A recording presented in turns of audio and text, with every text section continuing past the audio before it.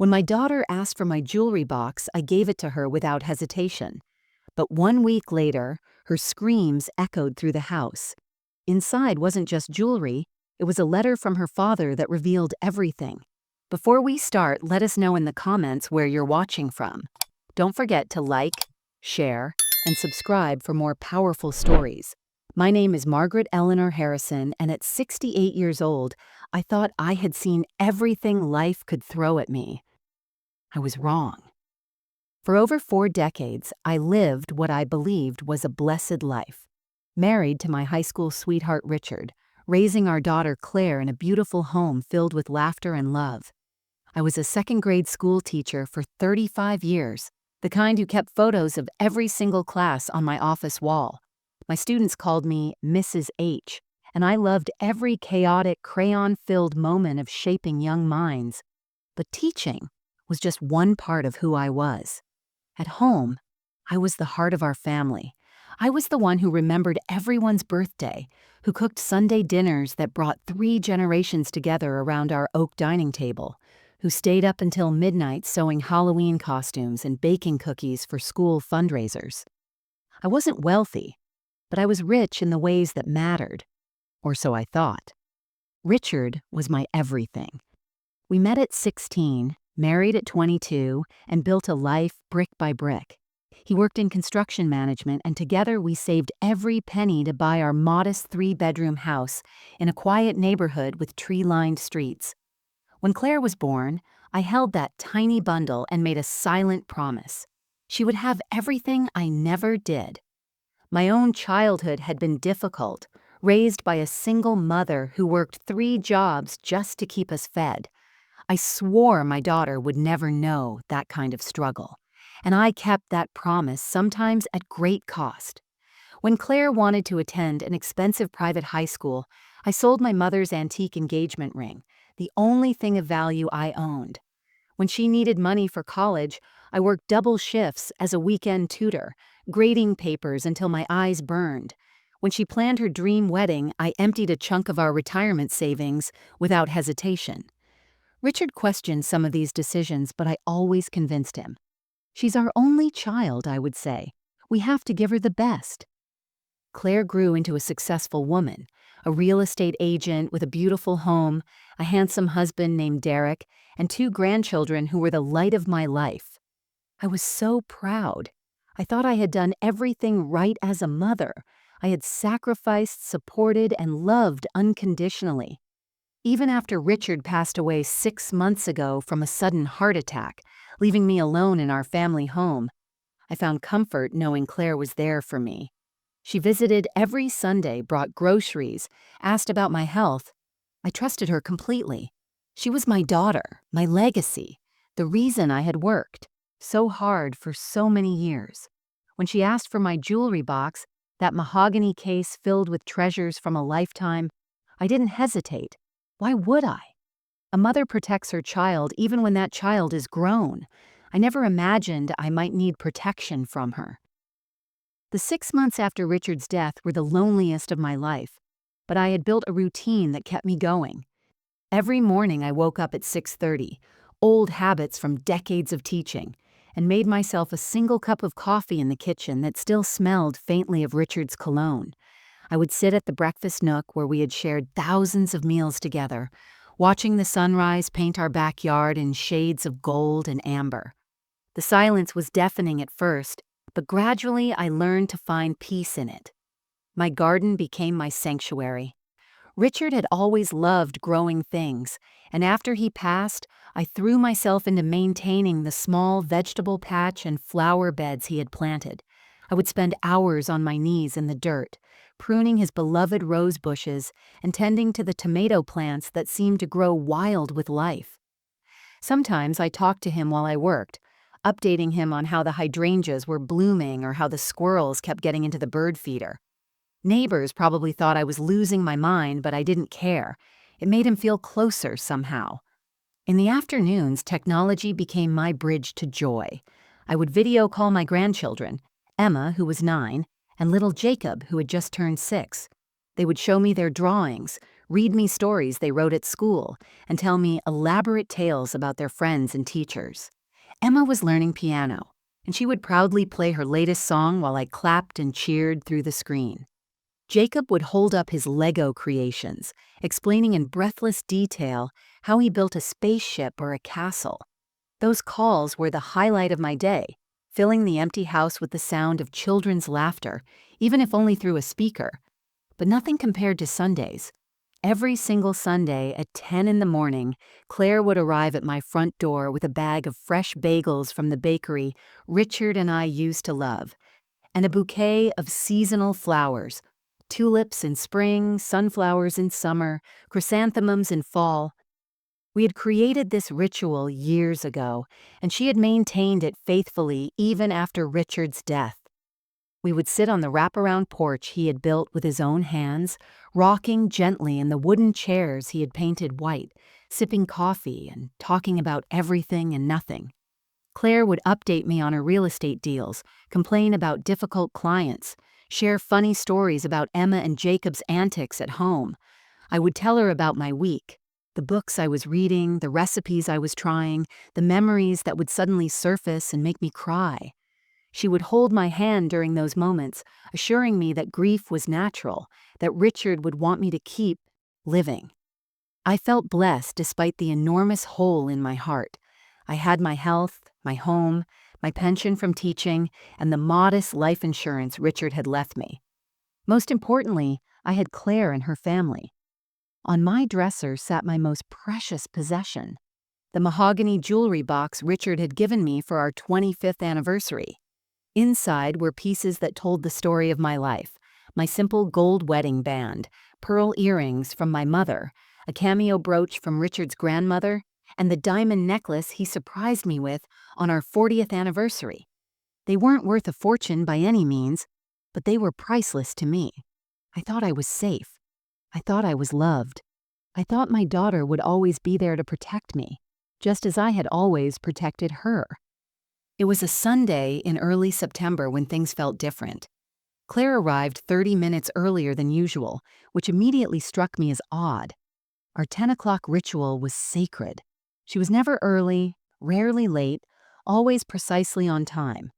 But that morning, she knocked on my door at 9:30, and when I opened it, there were no bagels, no flowers, just Claire, dressed in crisp business attire instead of her usual casual Sunday clothes, and a leather portfolio tucked under her arm. "Morning, Mom," she said, kissing my cheek quickly, before walking past me into the house. Her eyes weren't on me. They were scanning the living room, moving from the antique clock on the mantel to the china cabinet, lingering on the framed paintings Richard and I had collected over the years. It felt like she was cataloging everything, taking inventory. A strange chill ran down my spine, but I pushed it away. "You're early, sweetheart," I said, trying to keep my voice light. "And you forgot the bagels." She laughed, but it sounded forced, rehearsed. "Sorry, Mom, I had an early client meeting nearby and thought I'd stop by first. We can order something later." She settled onto the couch, but her body language was tense, professional, like I was a client rather than her mother.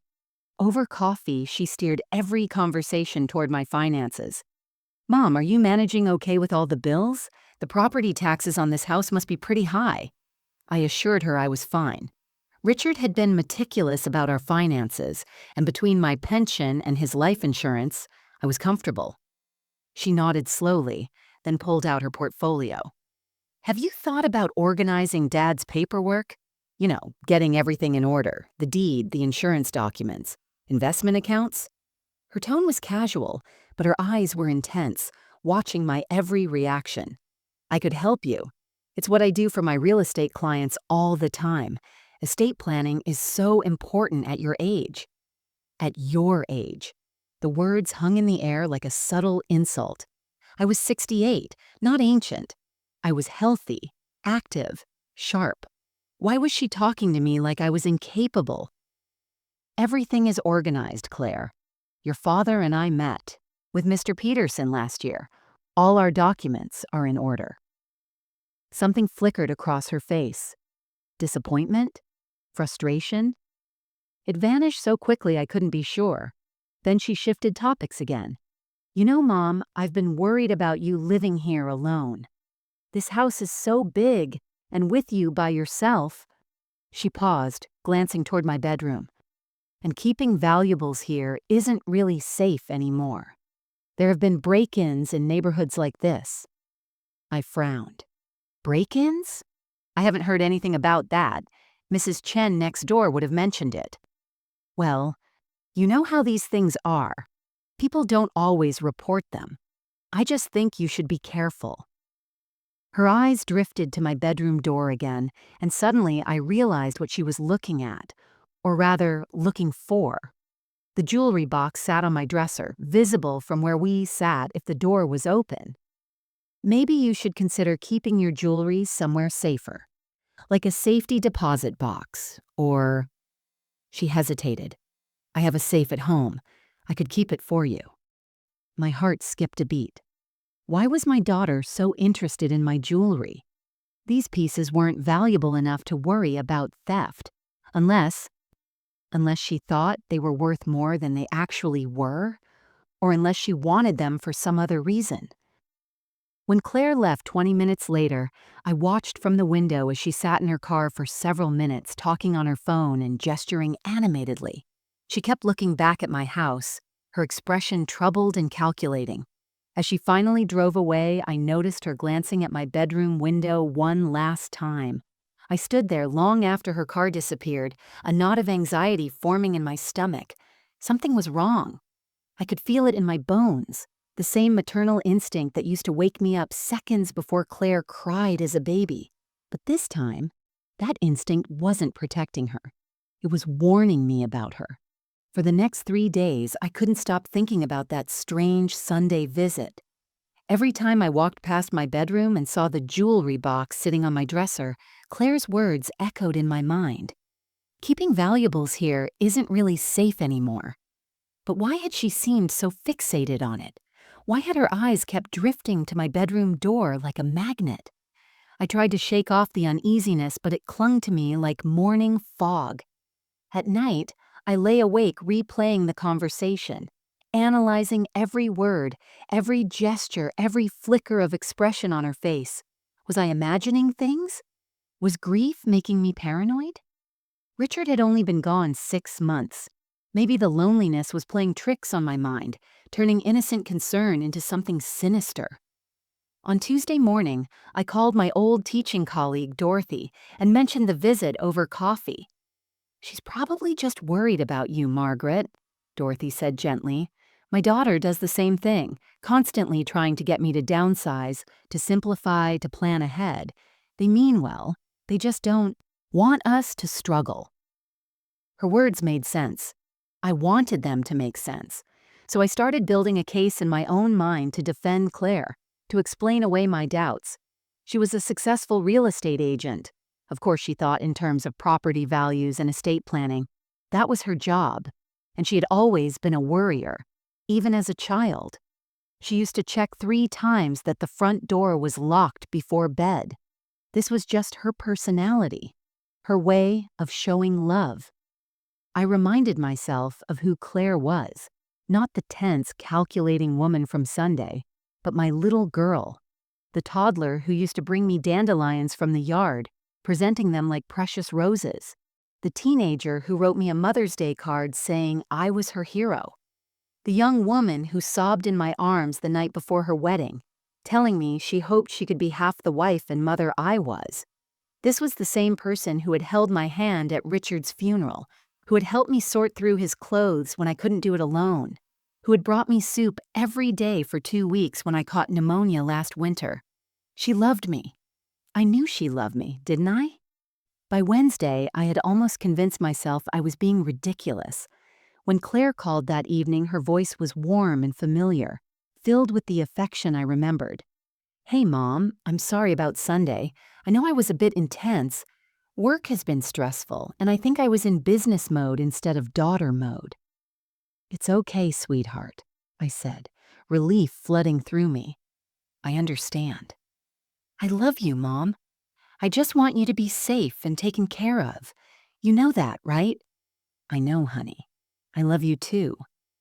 After we hung up, I felt ashamed of myself. How could I have doubted her?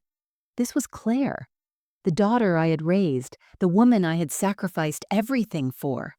Suspecting her of ulterior motives was a betrayal of everything we had built together. I was letting my grief turn me into a bitter, paranoid old woman who saw threats where there was only love. I decided right then to let it go, to trust my daughter the way she deserved to be trusted. The jewelry wasn't that important anyway. If it would give her peace of mind to keep it safe for me, what was the harm?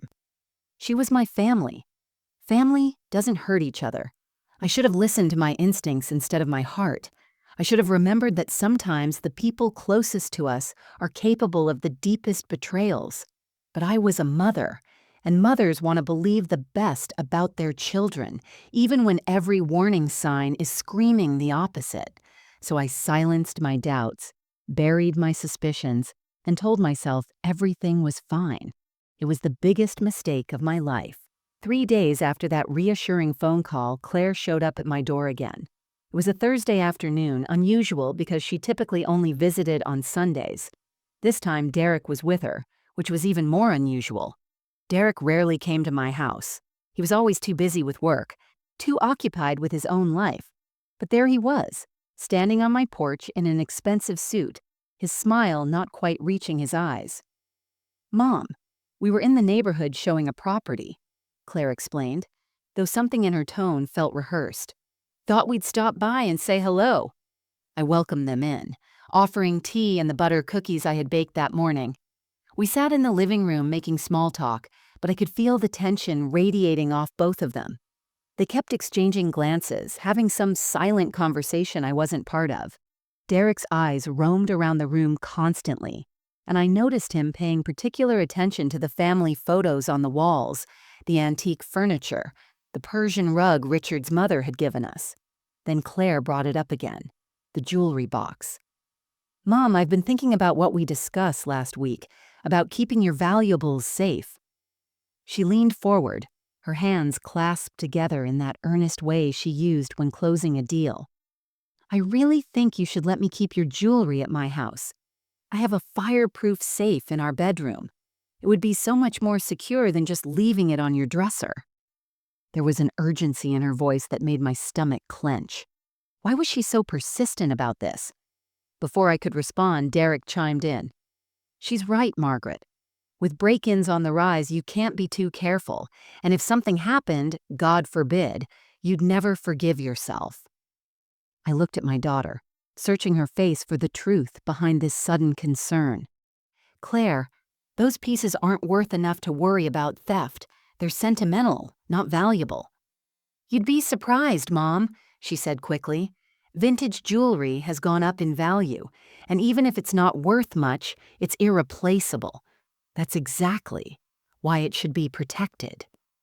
Her logic made sense, but something still felt wrong. Maybe it was the way Derek's jaw tightened when I hesitated. Maybe it was the almost desperate gleam in Claire's eyes.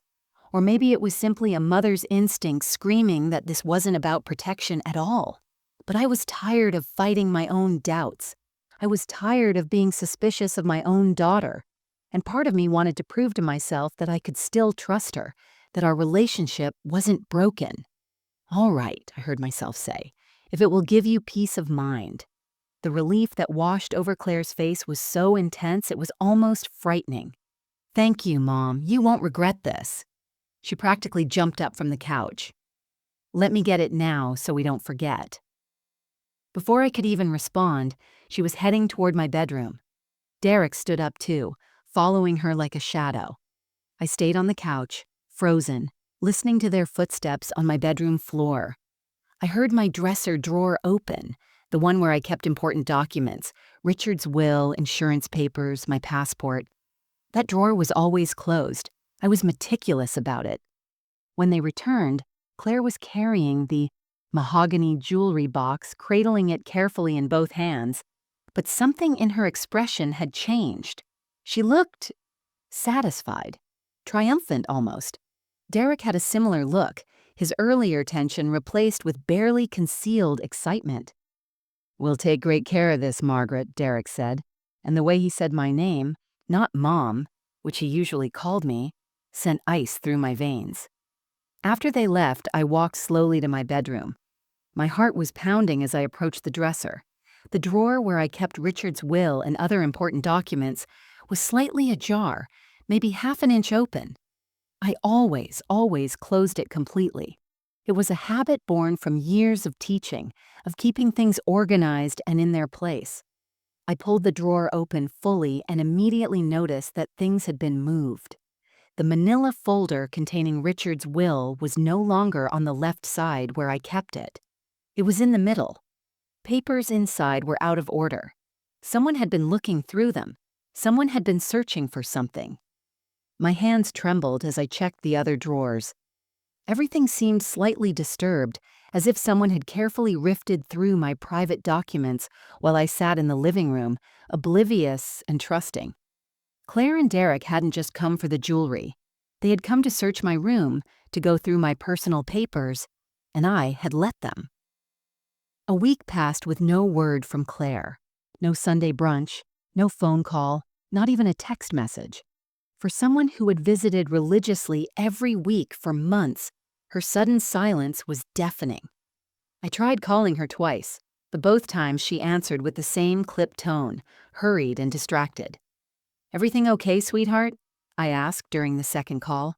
"Everything's fine, Mom, just busy with work. The jewelry is safe in our safe. I'll call you later."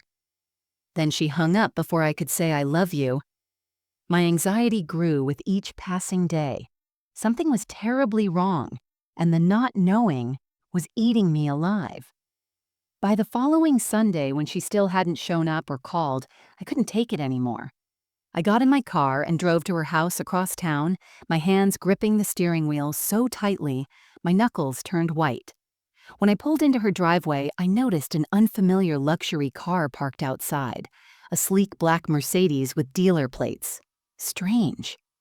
Claire and Derek drove practical SUVs.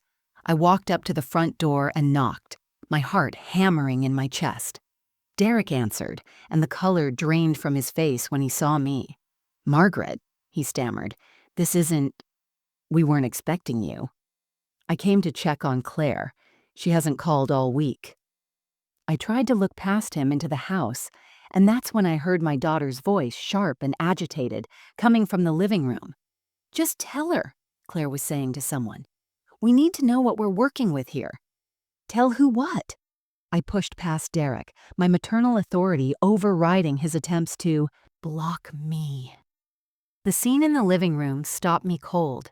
Claire was standing over the coffee table where my mahogany jewelry box sat open, my precious pieces spread out on a black velvet cloth like items at an estate sale.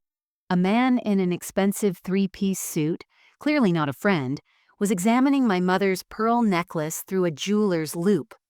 Professional appraisal equipment was set up on the table, a scale, a testing kit, and a laptop displaying what looked like auction price comparisons. "Mom!" Claire spun around, her face cycling through shock, panic, and then something that looked almost like anger that I had caught her. "What are you doing here? What am I doing here? What is he doing with my jewelry?" My voice came out stronger than I felt. The appraiser, oblivious to the family drama, smiled professionally. "Mrs. Harrison, I presume. I was just telling your daughter that these pieces are worth approximately $47,000. The vintage Cartier bracelet alone is valued at $18,000. The pearl necklace is $47,000? The room spun. Those were the pieces Richard had given me over 42 years of marriage. The pieces I thought were simply sentimental. "Claire, why is this man appraising my jewelry?" My daughter's face hardened in a way I had never seen before. The mask slipped, and underneath was a stranger. "Because we need the money, Mom. Derek lost his job 3 months ago. Emma's private school tuition is due. We have a mortgage on this house that's drowning us." "Then why didn't you ask me for help? Why go through my things? Why lie?" "Ask you?" She laughed bitterly. "You're sitting on hundreds of thousands of dollars in life insurance and equity while we're struggling. It's not like you need any of this anymore. You're going to die soon anyway, and this money could actually help us now. The kid's education can't wait for Claire. Derek's voice cut through the room like a whip. You weren't supposed to say it like that. The words hung in the air, poisonous and irreversible. You're going to die soon anyway. My own daughter had just reduced my life to an inconvenient obstacle between her and money. The daughter I had sold my mother's ring for. The daughter I had worked double shifts for. The daughter I had given everything to. I looked at her, really looked at her, and saw the truth I had been denying. This wasn't a momentary lapse in judgment. This wasn't stress or desperation talking. This was calculation. This was premeditation. This was my daughter viewing me as an asset to be liquidated rather than a mother to be loved. Get out, Derek whispered to Claire, finally showing a shred of decency. Just get out. But I was already moving. I swept my jewelry back into the box with shaking hands, pieces clattering together, some falling to the floor. I didn't care. I just needed to leave before I completely fell apart in front of these strangers. Because that's what they were now. Strangers wearing the faces of people I thought I knew. Mom, wait! Claire reached for my arm. I jerked away from her touch as if burned. Don't you dare touch me. I walked out of that house carrying my jewelry box, and I didn't look back. I drove home in a fog, tears blurring my vision so badly I had to pull over twice just to collect myself. But even through the shock and heartbreak, my mind was working, piecing together fragments that suddenly made terrible sense. This wasn't just about selling my jewelry. The pieces were clicking into place like a jigsaw puzzle I had been too blind to see. Claire's questions about finances, her insistence on helping with Richard's paperwork, the way she and Derek had gone through my bedroom drawers while I sat unsuspecting in the living room. This had been planned, but how long had it been going on? And what else had they been planning that I didn't know about? When I got home, I sat at my kitchen table and forced myself to think clearly. I pulled out a notepad and began writing down every strange interaction, every odd question, every suspicious moment from the past few months. The pattern that emerged made my blood run cold. Then I remembered something. 2 weeks before that first strange Sunday visit, Claire had asked me about our family lawyer. Mom, do you still use Mr. Peterson? I might need an estate attorney referral for a client. I had given her his number without a second thought. Why would I question it? My hands trembled as I dialed Mr. Peterson's office. When his secretary put me through, his careful tone told me everything before he even spoke. Margaret, I'm actually glad you called, he said slowly. I've been debating whether I should reach out to you. About what? There was a pause. Claire came to see me about 2 weeks ago. She asked very specific questions about your estate, particularly about what would happen to Richard's life insurance payout and the house if something happened to you. The room tilted. What kind of questions? She wanted to know about probate timelines, about whether beneficiaries could be changed, about power of attorney. She asked if Richard's will could be contested. He cleared his throat uncomfortably. She also asked hypothetically about what happens to assets if someone becomes mentally incapacitated and needs a conservator. A conservator. The word hit me like a physical blow. She had been researching how to take control of my assets while I was still alive. There's more, Mr. Peterson continued. She asked me not to mention her visit to you. She said she was doing research for a client, but, Margaret, the questions were too specific to your situation. I should have called you immediately, but attorney-client privilege is complicated when... She's not your client. I am, I said firmly. What else did she ask? She wanted to know the exact amount of Richard's life insurance policy and whether it had been paid out yet. She seemed very interested in the timeline. After I hung up, I sat in stunned silence. Then I thought about something else, something that had seemed innocuous at the time. For the past 3 weeks, Claire had been bringing me vitamins.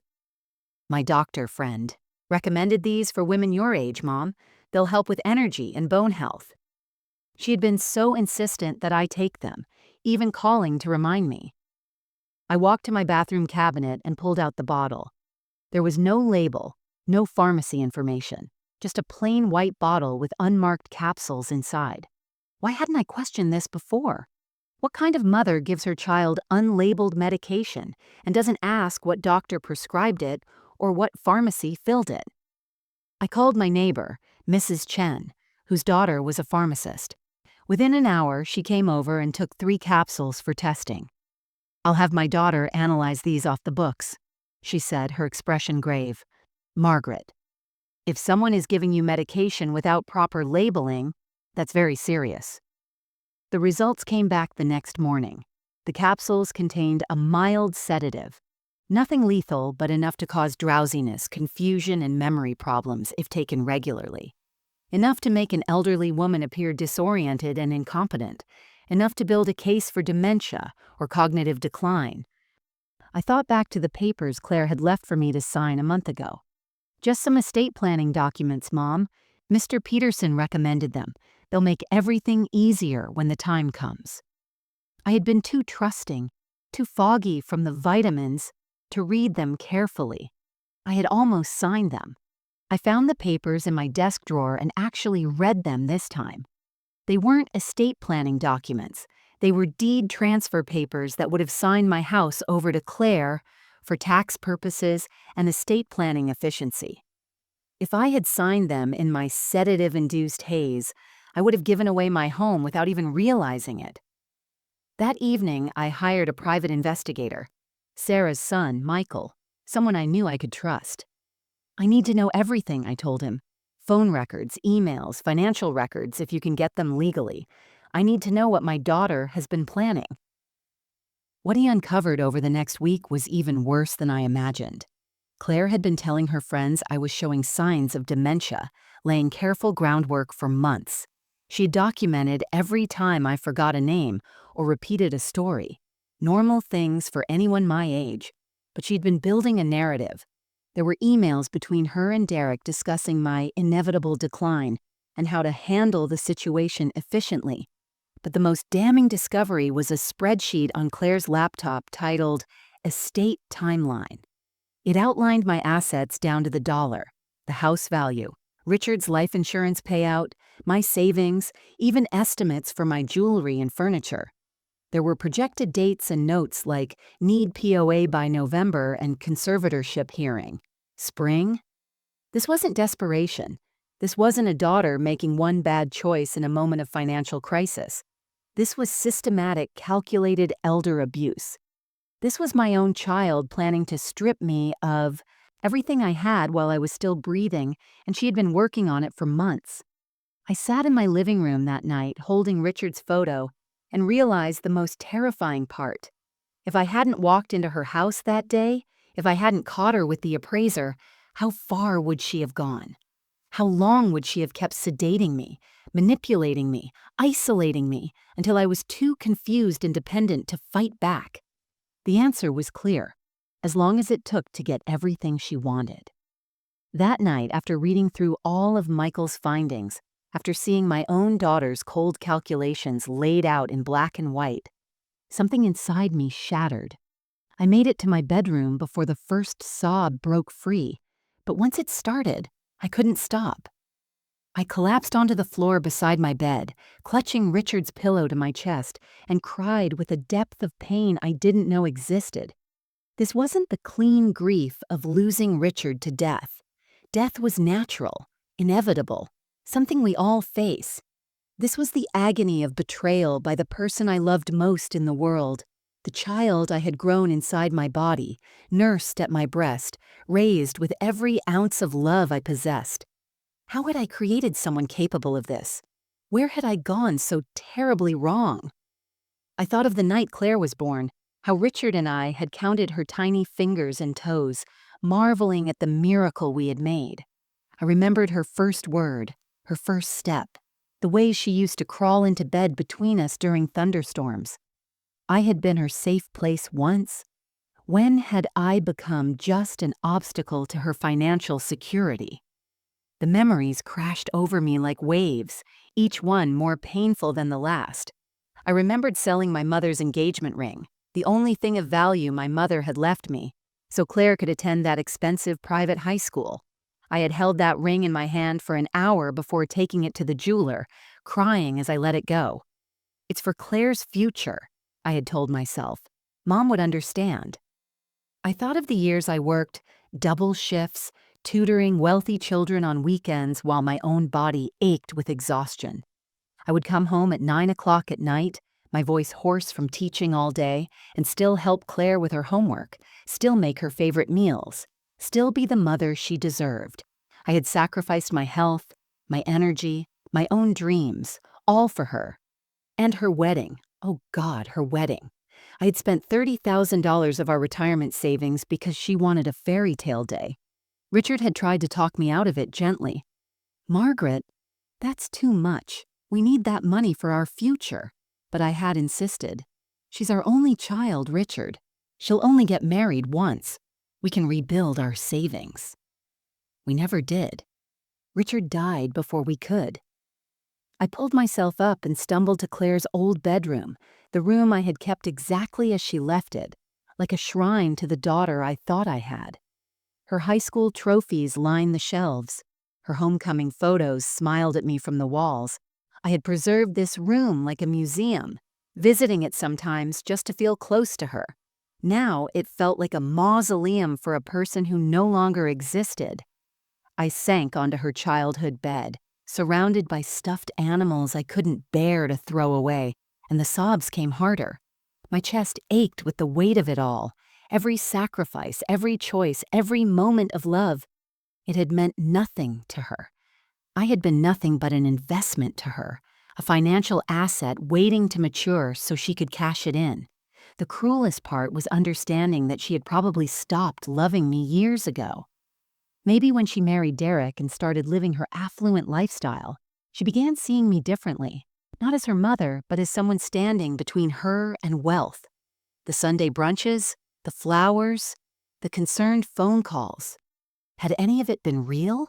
Or had it all been performance, a long game to keep me compliant until she could execute her plan? I thought of Richard's last words to me in the hospital, his hand weak in mine. Take care of Claire. Promise me you'll take care of our little girl. I had promised through tears, gripping his hand. Always, Richard, always. But the Claire he was asking me to protect didn't exist anymore. Maybe she never had. Maybe we had been so blinded by love that we raised a monster and called her our angel. I cried until I had no tears left, until my body was empty of everything except a hollow, echoing pain. I looked at myself in Claire's old mirror, the same mirror where she had practiced her prom makeup, where I had helped her get ready for her first date. The woman looking back at me was unrecognizable. Gray hair matted with tears, eyes swollen and red, face aged by grief and betrayal. I looked old, fragile, exactly how Claire saw me, as someone whose time was almost up, whose life was an inconvenience. You're going to die soon anyway. Her words echoed in my mind, sharp as knives. She had said it so casually, as if my death was a given, a soon-to-be-solved problem rather than the end of a human life that still had value. I stayed on that floor until dawn broke through the window, surrounded by remnants of a childhood that had been real for me, but apparently meaningless to her. And somewhere in those dark hours, beneath the grief and the tears and the unbearable pain, something else began to grow: anger. When the morning light finally crept through Claire's bedroom window, I was still sitting on the floor, my back against her childhood bed, but something had changed. The tears had stopped. The crushing grief had crystallized into something harder, sharper, more focused. I stood up slowly, my joints stiff from sitting on the floor all night, and walked to the bathroom. I splashed cold water on my face and looked at myself in the mirror again. Yes, I looked older. Yes, my eyes were swollen and my hair was a mess. But behind the tired eyes, I saw something I hadn't seen in months. a spark of the woman I used to be. I was Margaret Eleanor Harrison. I had survived a childhood in poverty, watching my mother work herself to exhaustion. I had put myself through night school while working full-time and raising a baby. I had earned my teaching degree through sheer determination when everyone said I was too old to start college. I had spent 35 years shaping young minds, handling difficult parents, navigating school politics, and standing up for what was right even when it was hard. I had nursed Richard through his first battle with cancer, sitting by his hospital bed for weeks, refusing to leave his side until he recovered. I had buried both my parents, sold our first house when the market crashed and we lost everything, and rebuilt our lives from nothing. I was not some helpless old woman waiting to be taken advantage of. I was a survivor, a fighter, and somewhere along the way, in my desire to be a loving mother, I had forgotten that. I walked to my bedroom and sat down at Richard's old desk with a notebook and pen. My hands were steady now, my mind clear. I started writing down everything, every suspicious incident, every manipulation, every piece of evidence Michael had uncovered. I created a timeline, connecting the dots between Claire's visits, the pills, the attempted deed transfer, her meeting with Mr. Peterson. When I finished, I had a complete picture of her scheme laid out in front of me. It was methodical. It was cruel. But it was also sloppy in places, because she had underestimated me. She thought I was too old, too trusting, too broken by grief to fight back. She was wrong. I picked up the phone and called Mr. Peterson. "I need your help," I said, my voice stronger than it had been in months. "And I need you to keep this completely confidential. Claire cannot know I've contacted you." "Of course, Margaret. What do you need?" "I need to know my legal options. I need to protect my assets. And you need to know how to prove what she's been trying to do." Next, I called Sarah, my old teaching colleague whose son was the private investigator. "Michael's already done excellent work, but I need him to dig deeper. I need documented proof of everything, the pills, the emails, the financial planning, all of it. And I need to know if what she's done is criminal." "Margaret, are you sure you want to go down this road?" Sarah's voice was gentle but concerned. "This is your daughter." "That's exactly why I have to do this," I said firmly, "because somewhere beneath all this greed and manipulation, there might still be a person worth saving. But she'll never change if there are no consequences. And even if she's beyond saving, I won't let her do this to someone else's mother someday." By noon, I had assembled a team. Mr. Peterson would handle the legal protection of my assets. Michael would continue gathering evidence. And I called one more person, my cousin Jennifer, who had retired as a family court judge 2 years ago. She knew the law, she knew how these cases worked, and most importantly, she knew me well enough to understand this wasn't about revenge. "Jennifer, I need advice on elder abuse cases. Specifically, what constitutes financial exploitation and what kind of evidence holds up in court." There was a pause. "Margaret, is this about Claire?" "Yes." Another pause, longer this time. "Tell me everything." As I recounted the entire story, I felt something I hadn't felt in months, a sense of purpose. For too long, I had been drifting through my days, defined by my grief and my loneliness. But now, I had a mission. I wasn't just protecting myself, I was drawing a line in the sand. I was saying that my life still mattered, that I still had value, that I wouldn't be erased just because it was convenient for someone else's bank account. That afternoon, I did something I hadn't done since Richard died. I made myself a proper lunch, took a shower, put on real clothes instead of the robe I'd been living in. I looked at myself in the mirror again and barely recognized the transformation from just hours before. The broken, crying woman from last night was gone.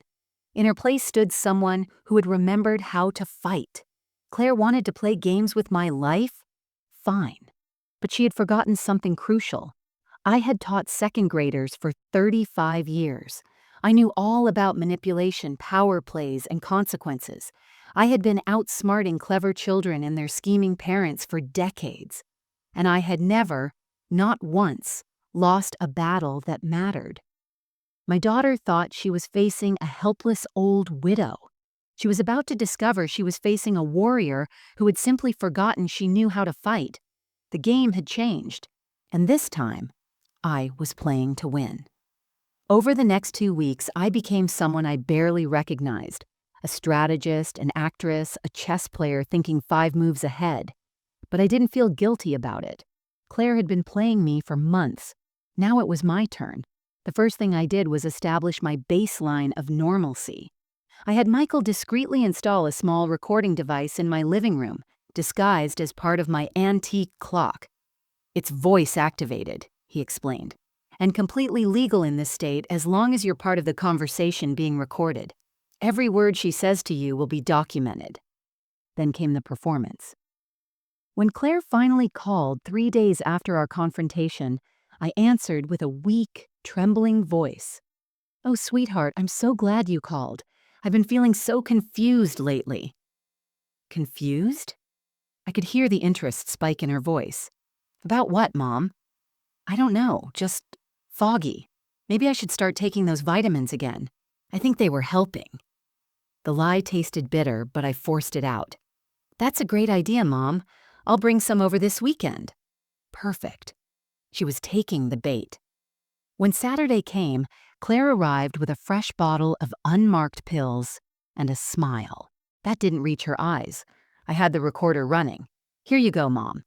Make sure you take 2 every morning and 2 every night. It'll help with your energy." 2 in the morning and 2 at night, I repeated obediently, watching her nod with satisfaction. "Thank you, sweetheart. You take such good care of me." After she left, I immediately gave the new pills to Mrs. Chen's daughter for testing.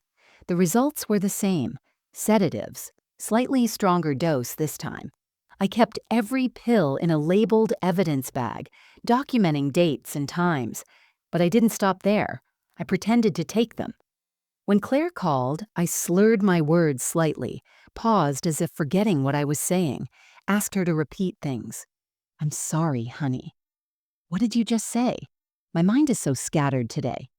"It's okay, Mom," she would say, and I could hear the barely concealed satisfaction. "You're just tired. Make sure you're taking your vitamins." A week later, she brought over the deed transfer papers again. "Remember these, Mom? We talked about signing the house over for tax purposes. It'll make everything so much easier." She set them on my kitchen table with a pen, pointing to the signature line. I picked up the pen with shaking hands, squinting at the papers like I was struggling to read them. "Is this what we talked about?" "Yes, Mom, it's just paperwork. You trust me, don't you?" "Of course I trust you, sweetheart." I positioned the pen over the signature line, and I saw her lean forward, barely breathing. Then I set the pen down. "I'm sorry, my hand is shaking too much today. Can we do this tomorrow?" The flash of frustration on her face was beautiful. "Sure, Mom, tomorrow." But I had already switched the real papers with blank ones that looked identical. I kept the originals, more evidence for my growing file. Michael's investigation continued to uncover damning information. He found text messages between Claire and Derek discussing the old lady and when we can finally cash out. He discovered she had been researching nursing homes, not quality care facilities, but the cheapest ones she could find. "We just need to warehouse her somewhere until nature takes its course," one email read. My own daughter had referred to my eventual care as warehousing. He also uncovered the real reason for their financial desperation. Derek hadn't just lost his job, he had been fired for embezzlement. The company had chosen not to press charges if he resigned quietly, but his career was finished. They had burned through their savings on legal fees, and now they were drowning in debt. My assets weren't just desirable to them, they were essential. But the most crucial piece of evidence came from Mr. Peterson. Claire had visited him again, this time asking specifically about conservatorship procedures.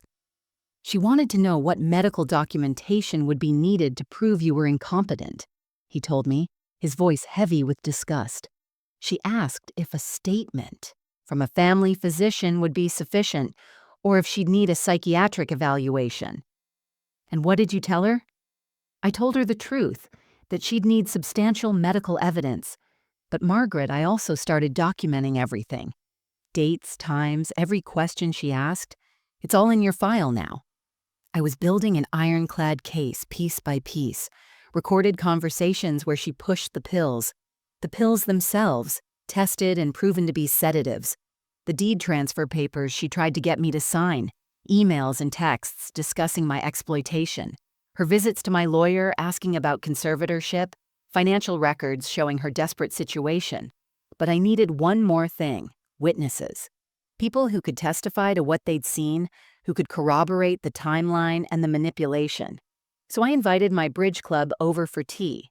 These were women I'd known for 20 years, sharp-minded retirees who miss nothing. I casually mentioned that Claire had been so helpful lately, bringing me vitamins and helping with paperwork. I showed them the unmarked pill bottle. "Margaret," said Dorothy, her eyes narrowing. "What doctor prescribed these?" "Oh, some friend of Claire's. She said they'd help with my energy."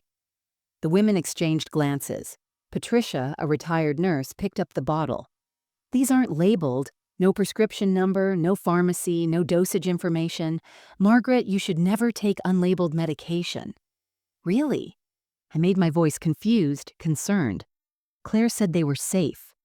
They insisted I stop taking them immediately. They saw my confusion, my forgetfulness during our card game, all carefully performed, and they remembered. When the time came, they would testify to my condition during this period and their concerns about Claire's involvement. Everything was falling into place. Claire thought she was hunting a wounded deer. She had no idea she was walking into a trap set by a woman who had spent decades outmaneuvering people who underestimated her. The final confrontation was coming, and I was ready. 2.5 weeks into my carefully orchestrated plan, I made the call that would set everything in motion. My hands were steady as I dialed Claire's number, but I made my voice sound frail and uncertain. "Claire, sweetheart, I've been thinking about what you said, about organizing my affairs and making things easier." I paused, adding a slight tremor. "I'd like to meet with Mr. Peterson and get everything finalized. The house papers, the will, all of it. I'm just so tired of worrying about these things." The silence on the other end lasted just a beat too long. Then her voice came through, dripping with false concern and barely concealed eagerness. "Oh, Mom, I think that's a wonderful idea. You'll feel so much better once everything is settled. When were you thinking?" "How about next Friday, around 2 o'clock? Mr. Peterson said he could make time for us." "Perfect. I'll be there." I could practically hear her. He, smiling through the phone. "This is the right decision, Mom. You won't regret it." After we hung up, I immediately called Mr. Peterson to confirm the meeting was set, but this wouldn't be the simple signing session Claire was expecting. "I've invited some additional attendees," I told him. "I hope that's all right." "Of course, Margaret. It's your meeting." Over the next few days, I made several more calls. To my brother Tom, who lived 2 states away but caught the next flight when I told him what was happening. To my cousin Jennifer, the retired judge, who had been advising me throughout this entire ordeal. To Sarah, my dear friend, who would serve as an additional witness. And to Michael, the private investigator, who would bring copies of everything he'd uncovered. I also did something that felt both empowering and heartbreaking. I went to my doctor and got a complete cognitive assessment. I wanted official documentation that I was of sound mind, that there was nothing wrong with my memory or judgment. Dr. Morrison, who had been my physician for 15 years, was appalled when I explained why I needed the evaluation. "Margaret, this is elder abuse. You know that, right? What Claire has been doing is illegal." "I know.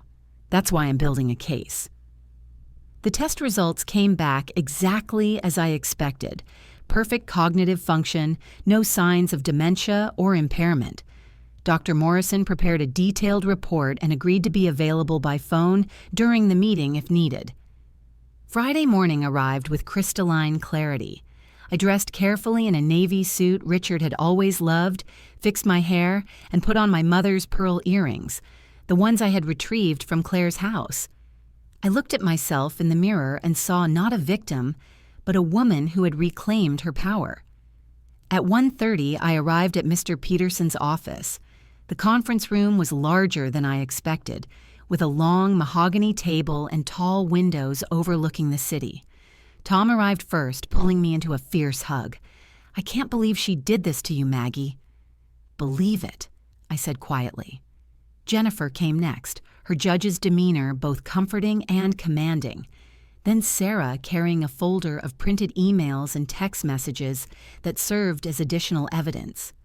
Michael arrived last with 2 boxes of documentation, photographs, recordings, financial records, everything meticulously organized and labeled.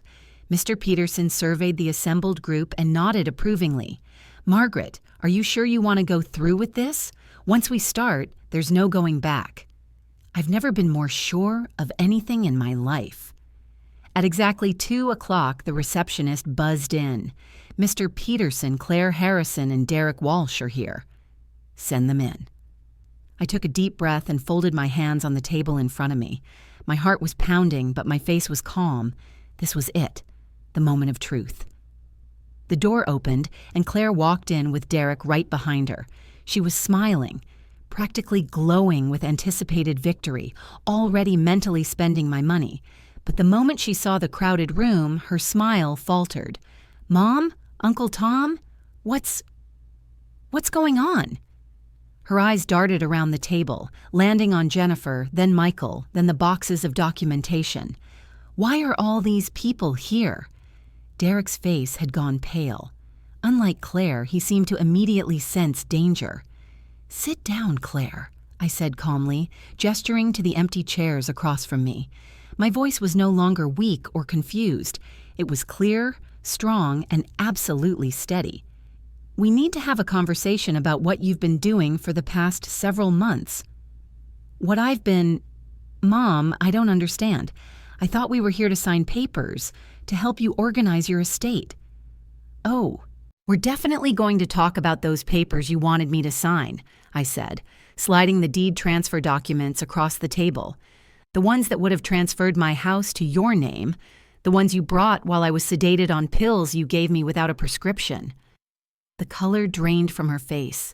Derek reached for her hand under the table, but she pulled away, her eyes locked on mine. "I don't know what you think." "I think," I interrupted, my voice cutting through her excuses like a knife, "that you should stop talking and start listening, because every person at this table knows exactly what you've done. And now you're going to hear all of it, in front of witnesses, with everything documented." Mr. Peterson opened the first folder. Tom leaned back in his chair, his arms crossed and his expression dark. Jennifer pulled out a legal pad, ready to take notes. And Michael placed his hand on the evidence boxes, ready to present each damning piece of proof. Claire's confident facade crumbled. She looked around the room desperately, searching for an ally, an escape, anything. But there was nowhere to run. The reckoning had begun. "Let's start with these," I said, picking up the unmarked pill bottle and placing it in the center of the table with a deliberate clink. "The vitamins you've been so insistent I take. 2 in the morning, 2 at night. Do you remember telling me that, Claire?" She stared at the bottle, her mouth opening and closing wordlessly. "I'll take your silence as a yes." I nodded to Michael, who pulled out a laboratory report and slid it across to her. "Those aren't vitamins.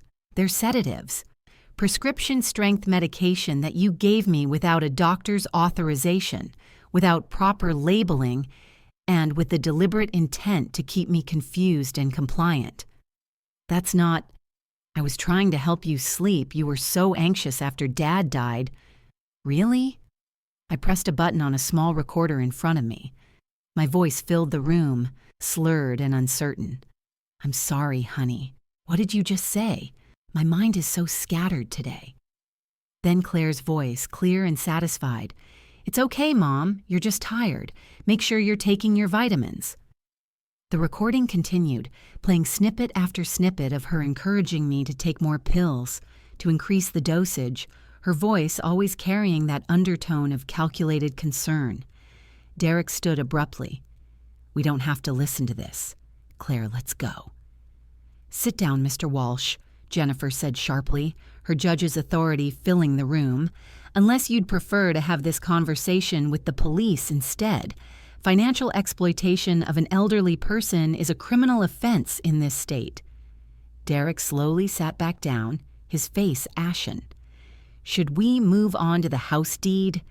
Mr. Peterson pulled out the transfer papers, the ones you presented to your mother multiple times, telling her they were simple estate planning documents. These would have signed over her house, worth approximately $400,000, to you for zero compensation. "That was for tax purposes." Claire's voice was rising, desperate. "Estate planning. You don't understand." "I understand perfectly," I said coldly. "Michael, show them what else you found." The private investigator opened his laptop and turned it to face Claire and Derek. On the screen was a spreadsheet, the one from Claire's computer titled Estate Timeline. He scrolled through it slowly, letting them see their own words, their own calculations. House value, $400,000. Life insurance, $250,000. Savings and investments, $180,000. Jewelry, $47,000. Total estate value, $877,000. Below that were projected dates and clinical notes about my decline. Need POA by November. Conservatorship hearing, spring. Nursing home placement, cheapest option, $2,800 month. Tom leaned forward, his voice shaking with rage. "You put a dollar value on your own mother's life? You planned this like it was a business acquisition." "Uncle Tom, you don't understand our situation," Claire started. "Oh, I think we all understand your situation perfectly," Jennifer interrupted. She pulled out another document. "Your husband was fired for embezzlement 6 months ago. You're 3 months behind on your mortgage. You've maxed out 4 credit cards. You owe $60,000 in gambling debts." She looked at Claire with utter contempt. "You weren't helping your mother. You were looting her." But I wasn't finished yet. I had saved the most devastating piece for last. With trembling hands, I reached into my purse and pulled out an envelope, yellowed with age, sealed, with Claire's name written in Richard's distinctive handwriting across the front. The room went silent. Claire's eyes locked onto the envelope, and for the first time, I saw a genuine fear cross her face. "What is that?" "This," I said quietly, "is the letter your father wrote before he died, the one I placed in my jewelry box before I gave it to you. The one you never found because you were too busy calculating the resale value of my mother's pearls to actually look at what else was inside." I broke the seal and began to read, my voice steady despite the tears threatening to fall.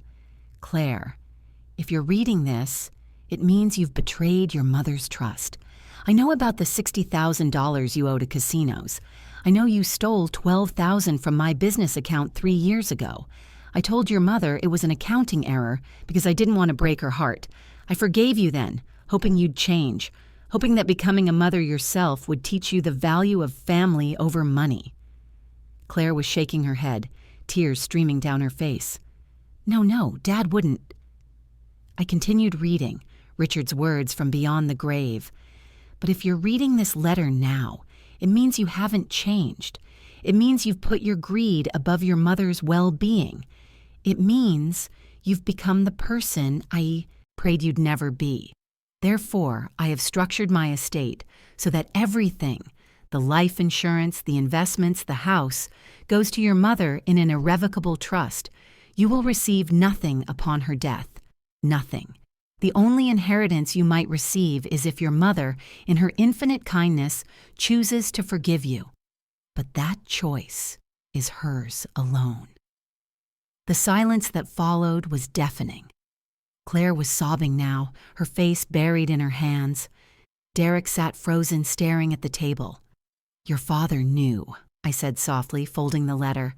"He knew you had a problem, and he protected me from you even after his death. This entire scheme of yours was for nothing. You were never going to inherit my estate. You were never going to get my house. All you've done is destroy what was left of our relationship and commit multiple crimes in the process." Mr. Peterson cleared his throat. "Margaret has asked me to outline her options at this point. Claire, Derek, you are both facing potential criminal charges: elder abuse, fraud, practicing medicine without a license by dispensing prescription medication, and attempted theft through deception. These are serious felonies." Claire looked up, mascara running down her face. "Mom, please, I'm so sorry. I was desperate. Derek lost everything, and the debt collectors were calling, and I thought, you thought I'd be dead soon anyway, so why wait?" I finished for her, my voice hard. "You said it yourself, Claire. You're going to die soon anyway." Those words will stay with me for whatever time I have left. The room remained heavy with tension as Claire's sobs filled the silence. Part of me, the mother who had rocked her through nightmares and celebrated every milestone, wanted to comfort her, but I had learned the hardest lesson of my life. Sometimes, love means letting people face the consequences of their actions.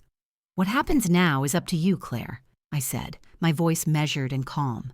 "Mr. Peterson has prepared 2 paths forward, and you need to choose." The lawyer opened a folder and slid 2 documents across the table. Option 1, Margaret presses criminal charges. With the evidence we have, the recordings, the pills, the fraudulent documents, the financial records, the district attorney would have an easy conviction. You'd be facing 3 to 5 years in prison for elder abuse and fraud. Your children would watch their mother go to jail. Claire's face went white. Derek grabbed her hand, but she was staring at me with an expression of pure devastation. Option 2, Mr. Peterson continued, is a binding legal agreement.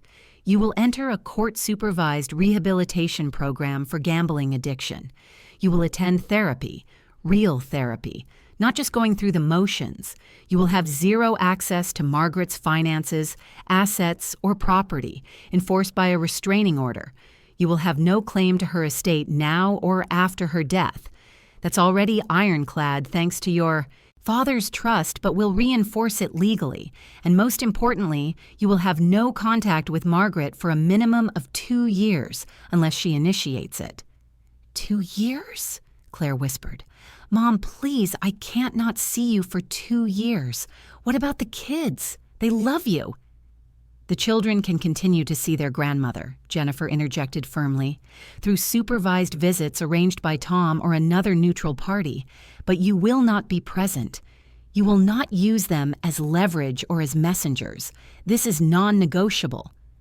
I watched my daughter's face crumble and felt my own heart breaking alongside hers, but I couldn't waver now. If you violate any term of this agreement, if you contact me directly, if you skip therapy, if you attempt to access my finances in any way, I will immediately pursue criminal charges. And Claire, I want you to understand something. I will follow through. The mother who would have sacrificed anything for you is gone. You killed her the moment you chose money over love. Derek finally spoke, his voice hoarse. What about me? What are my consequences? You enabled every step of this, Tom said, his voice dripping with disgust. You knew what she was doing and you encouraged it. You're only escaping criminal charges because Margaret is being merciful to protect her grandchildren from having both parents in prison. But you'll sign a separate agreement, Mr. Peterson added, sliding another document toward Derek, acknowledging your role, waiving any future claims to Margaret's estate, and accepting a civil judgment for the value of the jewelry that was nearly sold, $47,000.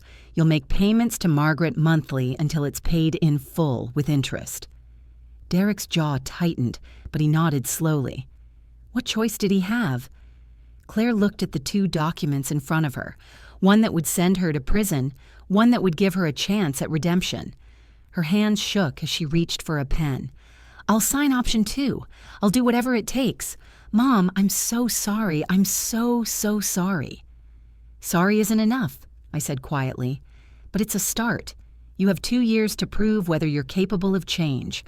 Use them wisely." She signed the agreement with trembling hands, tears dripping onto the paper and smudging the ink. Derek signed his as well, his expression defeated and hollow. As they stood to leave, Claire turned to me one last time. "Mom, I know I don't deserve to ask, but do you think you'll ever forgive me?" I looked at my daughter, really looked at her, and saw both the little girl I'd loved and the stranger who had tried to destroy me. "I don't know, Claire. Ask me in 2 years, if you've actually changed, if you've done the work, if you've proven that you understand what you did. Maybe. But forgiveness isn't guaranteed just because you want it. It has to be earned." She nodded, choking back another sob, and left with Derek trailing behind her. After the door closed, I sat, in silence for a long moment. Tom put his hand on my shoulder. "You did the right thing, Maggie." "Then why does it hurt so much?" "Because you're still her mother," Jennifer said gently. "That doesn't just go away, even when they betray you, but you protected yourself. You set boundaries. That takes more strength than forgiveness ever could." Over the following weeks, I began rebuilding my life. I sold the jewelry, not because I needed the money, but because every piece now carried the taint of Claire's greed. The Cartier bracelet, my mother's pearls, even my wedding ring. I couldn't look at them without remembering her standing over them with that appraiser, calculating their worth while devaluing mine. I donated half the proceeds, nearly $24,000, to the National Center on Elder Abuse, specifying that it fund education programs to help other seniors recognize the warning signs I had missed. The other half went to establish the Richard Harrison Memorial Scholarship for students pursuing teaching degrees at the local community college. If my pain could help someone else, then perhaps it wasn't entirely meaningless. I also made a practical decision that brought me unexpected peace. I sold the family house. It was too big, too full of memories, both beautiful and now tainted. I moved into a bright 2-bedroom condo near Sarah with a small balcony where I could grow herbs and flowers. It was mine, truly mine, with no ghosts haunting the hallways. The bridge club became my lifeline. Dorothy, Patricia, and the other women rallied around me, creating a chosen family that showed up without obligation or calculation. We played cards, shared meals, traveled to nearby towns for day trips. They reminded me that I had value beyond what I could provide to others. I also started volunteering at the local library, reading to children during story hour. Those little faces looking up at me with wonder as I brought characters to life healed something broken inside me. I could still nurture, still give love, but now I did it with boundaries, with wisdom, with the understanding that love shouldn't cost you everything. 3 months after the confrontation, I received a letter from Claire. It was short, written in the careful handwriting of someone who had weighed every word. "Mom, I've completed 30 days in rehab. I've started seeing a therapist twice a week. I'm working part-time at a nonprofit. They were the only ones who would hire me with my record. Derek and I are separated. He's moved out. I'm attending Gamblers Anonymous meetings, and I haven't placed a bet in 93 days. I know this doesn't fix what I did. I know I can't ask for your forgiveness yet, but I wanted you to know I'm trying. The kids ask about you. I tell them Grandma loves them but needs some time. I hope that's okay. Claire." I read the letter 3 times, then filed it away. It was progress, perhaps. But 2 years was a long time, and words were easy. I needed to see sustained change, real transformation before I could even consider letting her back into my life. My grandchildren visited once a month, brought by Tom or Sarah. Emma and Jacob would run to me, hugging me tight, telling me about school and friends and their lives. I cherished those moments while carefully avoiding any discussion of their mother. They were innocent in all of this, and I refused to poison them against Claire, no matter what she'd done to me. As winter turned to spring, I found myself settling into a new normal, a life that was smaller in some ways, but richer in others, a life where I mattered, where my voice was heard, where I wasn't just a means to someone else's financial security. I had learned that being alone wasn't the same as being lonely. That family was a choice, not an obligation. That sometimes the strongest act of love was walking away. And most importantly, I had learned that at 68 years old, I was still capable of fighting for myself, of demanding respect, of refusing to be diminished. Richard had been right in his letter. I was stronger than I knew, and I would never forget it again. It's been 18 months since that confrontation in Mr. Peterson's office. 18 months of rebuilding, healing, and learning to trust myself again.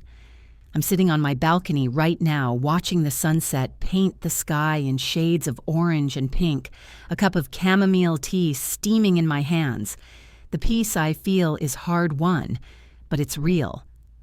Last week I received another letter from Claire, the 6th one she's sent.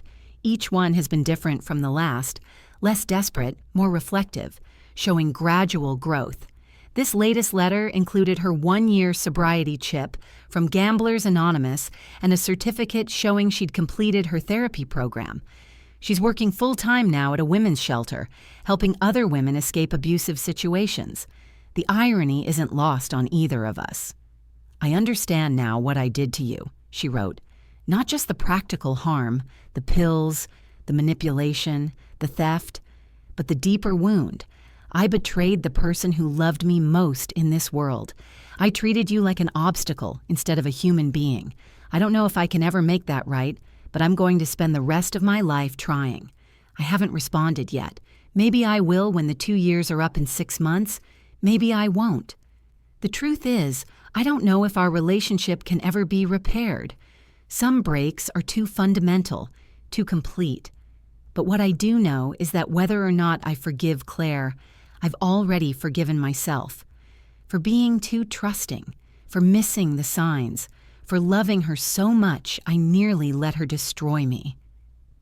The other day, Emma asked me during one of our visits, "Grandma, when can Mommy come with us to see you?" I knelt down to her level, looking into those innocent 9-year-old eyes. "When she's ready, sweetheart, and when I'm ready. Sometimes people we love hurt us, and we need time to heal, but that doesn't mean we stop loving them." She thought about that for a moment, then hugged me. "I think you're very brave, Grandma." Out of the mouths of babes, I've learned that family is supposed to be built on a foundation of love and trust, not blood and obligation. When greed replaces gratitude, when someone starts seeing you as an asset rather than a person, even the closest bonds can shatter. But here's what Claire didn't understand and what I hope she's learning now. Betrayal doesn't have to destroy you. It can reveal your strength.